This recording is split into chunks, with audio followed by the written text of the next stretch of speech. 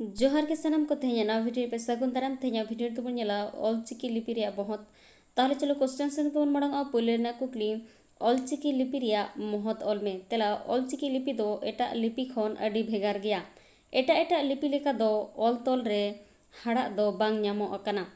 ऑलचिकी हो अक्षर लिपि कान गया ऑलचिकी लिपि रे दो 35 गोटांग अक्षर मेना ऑलचिकी लिपि दो बढ़ती कायते सानताड़ी मुंडरी लड़का बीर होड़ एमान आदिवासी को पारसी ते ओलोग पढ़ाव लगित को बेनावा कदा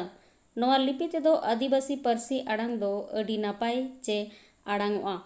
ओहत लगाव कते महाप्राण रिया आड़ांग हिजुआ ऑलचिकी लिपि दो सानताड़ी पारसी लगित अडी नापाय उच्चारण हिजुआ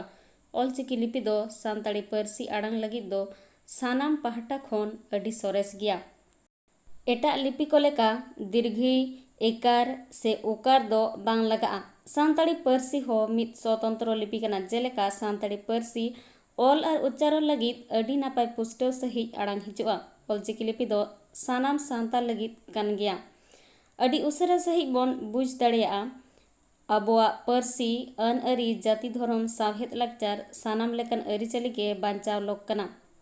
आर दिसोम रिया संविधान रे नापाय ते ताहेना ऑलचिकी लिपि दो नौकान लिपि कना जेलेका सानताड़ी पारसी रेना सानाम लेकान साबात आड़ांग को रिया ऑल पढ़ाव रिया दाड़े ताय खातिर गे सानताड़ी पारसी ऑल लगित मने ᱧᱟᱢ कदा आर सानताड़ी पारसी हारा रकब लगित हो अडी उसरा सही होयोआ ऑलचिकी लिपि दो खाली लाकचार उत्सव लगित दो बांग नाहा जुगरेन आदिवासी को आगाम सेद लाहा चला लगी दिस हुदिस कना नाहा जुगरेन हड़ को ससनो डाहार ते को लाहा दाड़ेया ऑलचिकी लिपि दो सानताड़ी पारसी लगी नौका आइका कना जे आदिवासी जनजीवन लगी जेलेका कहानी अनोढ़े पाथाम फिल्म एमान को देखावाका को से बेनावा कदा ओनाते नोआ हरफ ते पारसी हारा रकब लगी अडी गे आशा मेना ओनाते नोआ कथा मेन गानोआ जे जहाँ तिना अनोलिया अनोढ़िया को ओला कदा नोआ सावता लाकचार लाहांती लगी अडी उसरा तेबोन नेल ᱧᱟᱢ दाड़ेया कना